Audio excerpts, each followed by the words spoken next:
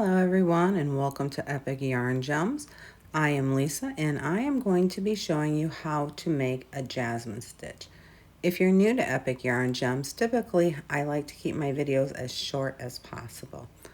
Today, this stitch is a little more complicated, so the video is going to be a little bit longer, but hang in there with me. One of the things that makes it a little more complicated is really the stitch placement. So what I did as I was going through this, I tried to think how this would work with a non-puff type stitch. So rather than like a foundation row to start, you're going to start with a foundation of puff stitches. And rather than like a double crochet to bring your work up to the next row, you're going to use a puff stitch to do that rather than a chain. And then the other piece to keep in mind is when you are placing your hook, you're going into the next open space or the eyelet. So this is my first round at the jasmine stitch. I really do enjoy making it. It is a really cute pattern and I'm definitely going to use it in a project. But like I said, keeping those three things in mind will help you as we move along. To start off, we are going to do a slip knot. Do that any way that works best for you. And we're going to do a chain one. I'm using a larger yarn here so that you can see some of the stitches and definitions better. I would suggest if you are going to use a larger yarn, use a longer crochet hook. So there we have made that. And what we're going to do is that first loop, we're going to pull a little long. We're going to yarn over, insert into that first chain one, pull up a loop. We're going to do that 3 times, all going into that first chain. When you're done, you should have 7 loops on your hook. So let's do one more. And here's where it gets a little bit tricky. Like I said, a larger or a longer hook may be beneficial. What you're going to do is yarn over, and then you're going to hold back that working piece of yarn, kind of making a loop with your thumb and forefinger. And you're going to pull the other piece all the way through. Now there's that little loop. We're going to go right into that. We're going to yarn over and pull up a loop. Then you're going to yarn over and go through the 2 loops on your hook. And that is your first foundation puff. You're going to do that for however many stitches you want. So you're going to pull up that long loop, yarn over, go into that open space that we just created with that single crochet. We're going to go in there until we're going to go in there and yarn over until we have 7 loops on your hook. And then you're going to pull that strand through all of them. There's that little loop, go in there, just insert your hook, then yarn over, pull up a loop, 2 loops on your hook, and then yarn over and go through all 2. Another little tip with this is don't make your loops too tight. It will make it easier to pull your yarn through all those 7 loops on your hook. So at the end of our first row, we're just going to finish it off like we were doing with our puff stitches. But now we're going to start going back. So this is for your first row. You're going to yarn over and pull up a long loop. You're going to yarn over and go into that single crochet space, and you're going to repeat that until you have 7 loops on your hook. Now rather than finishing the puff off itself like we've been doing, we're going to go into the next open space, which is that single crochet space right there between. So you're going to yarn over and you're going to go into that space. And you're going to do that, adding another 6 loops to your hook. This is where I said you might want a longer crochet hook. Then you're going to go into the next space.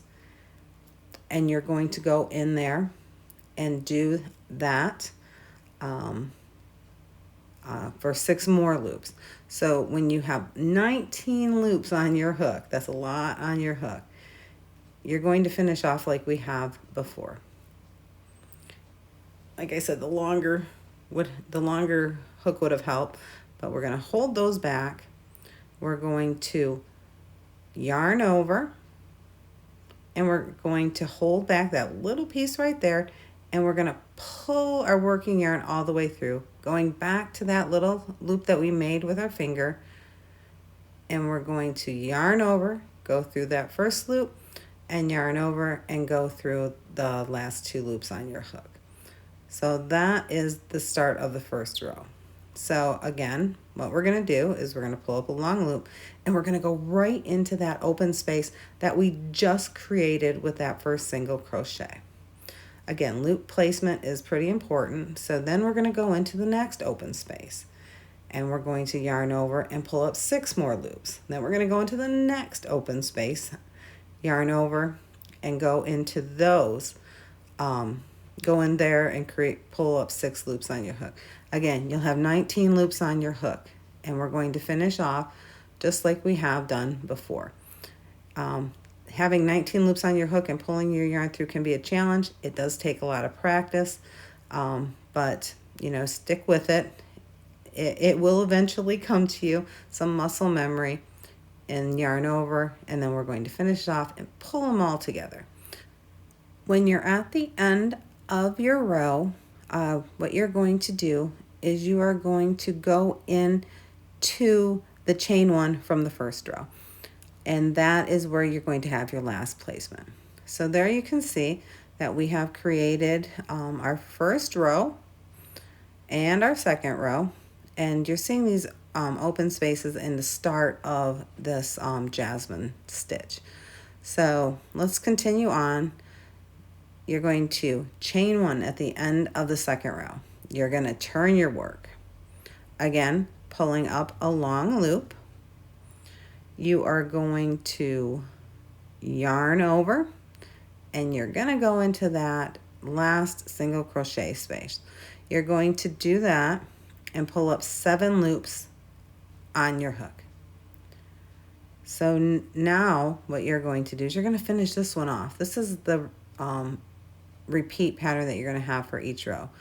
So you're going to make a little puff stitch there, and that is bringing you up to the height of your next row. So you're going to yarn over, you're going to pull up a large loop, yarn over, and you're going to go right into that single crochet space that you just made. And you are going to do this until you have 7 loops on your hook.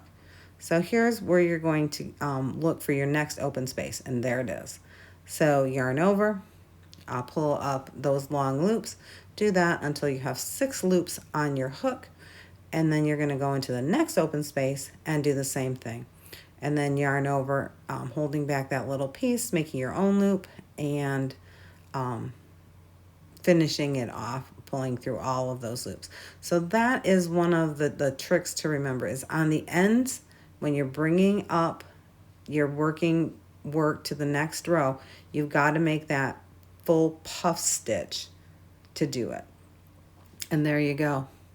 So some of the tricks here, don't make your loops too tight, because you're going to have to pull through them, and that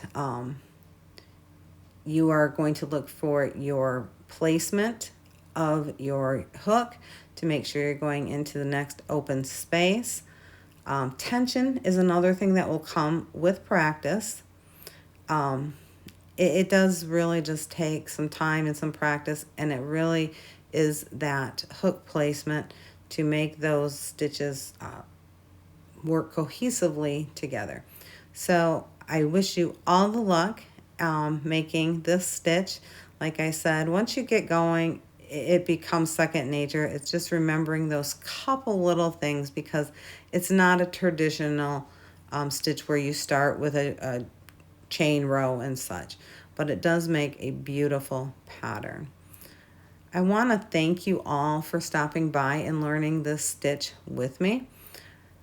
And also, don't forget to subscribe, share this video out, and I look forward to seeing you all again for my next video. If you have any questions or comments or tips or tricks, please put them in the comments so that other learners can learn from you as well, and me too. So as always, peace, love, and happiness to you all. Take care.